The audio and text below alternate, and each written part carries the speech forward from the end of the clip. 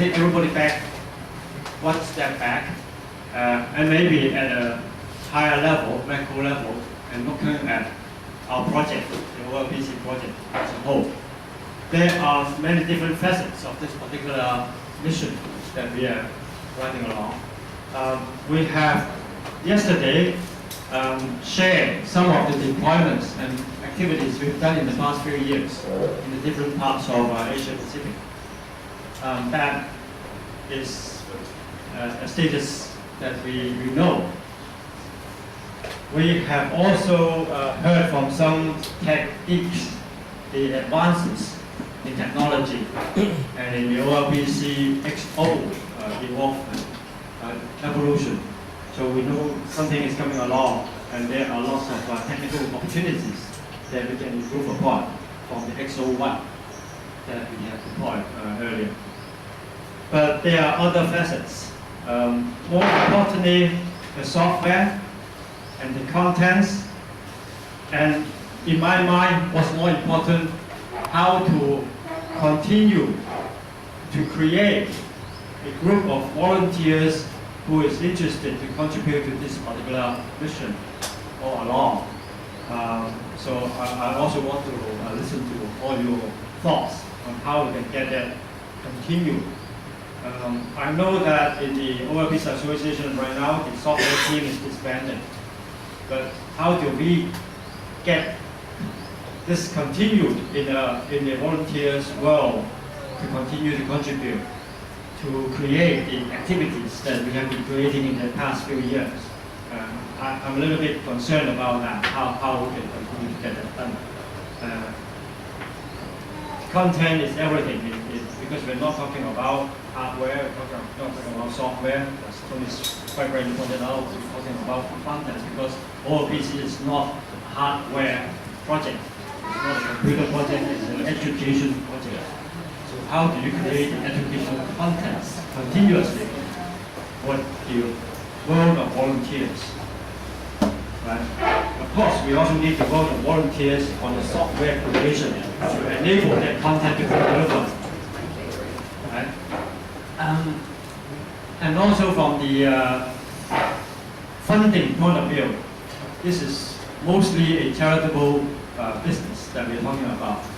How do we get the necessary financial support to enable all this to be delivered to the poorest districts of the world who cannot afford to have this technology, who cannot afford to access to this contents? So that is another big thing that we have to look at. How do you get this going? So far, I don't think we are very successful, or we're not even, I can't even use the word successful in Asia Pacific. The deployment of OLPC is too tiny. Just small clinical trials in very few countries. How do we get that to ignite? How do we get the funding? How do we get everybody and more people interested in this project? So these are the several areas: technical, the content side, more educational, how to get the volunteers going, and how to get the projects that can be funded and be accessed by the needy people in this region. On the hardware side, I do have something to say. I think the XO was a very good invention in the year 2000, which was actually produced a few years later. But it is still fairly expensive for deployment. Quantum computer is still making them. But hardware-wise, I'm not worried at all. Nowadays, there's so many people. I think OLPC, Nicholas has done a very good job in lowering the price of the laptops. And so the commercial sector has now taken it on. There's no need, I would say, for OLPC to be concerned about hardware. But because we are running on the Sugar interface,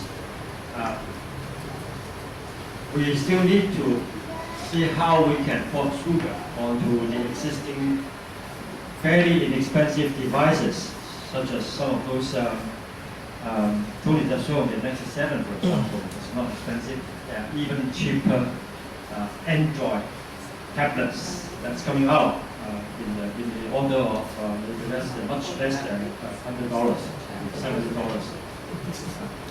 They produced in China.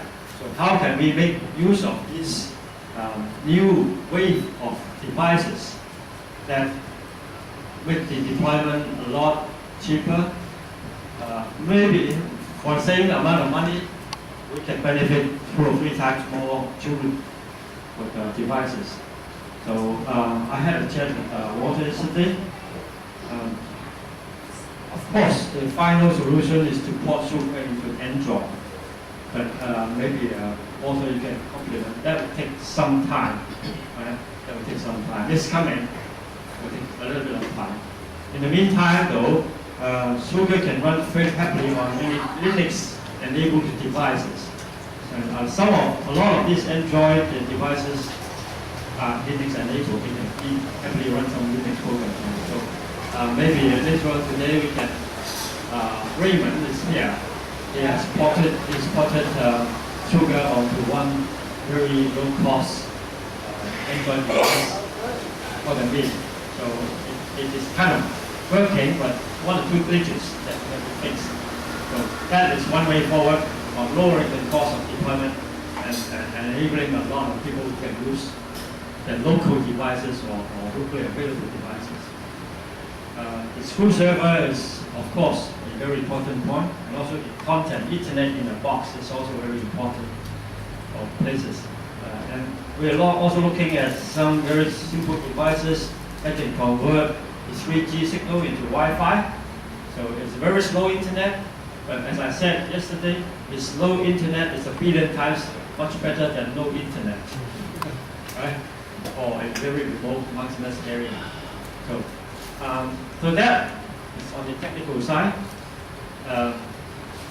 I'm actually quite worried about how do we still continue to stimulate the wide world of volunteers to continue to contribute to this writing all of these new activities. And we have to put a lot of the activities onto touch-sensitive devices. A lot of the activities now works with a keyboard, maybe with a mouse, but not with a touch panel. So we need a lot of volunteers in the world to port some of these current activities back into a touch panel type of function operation. So I don't know, I want to listen to people here how we can get it done quickly.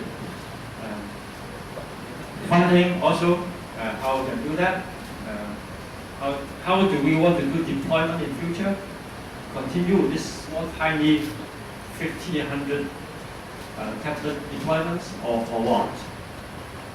Any good ideas? So I want to just stimulate this morning session, and I would like to listen to everybody of you on all these 3 main things that I just mentioned. Thank you.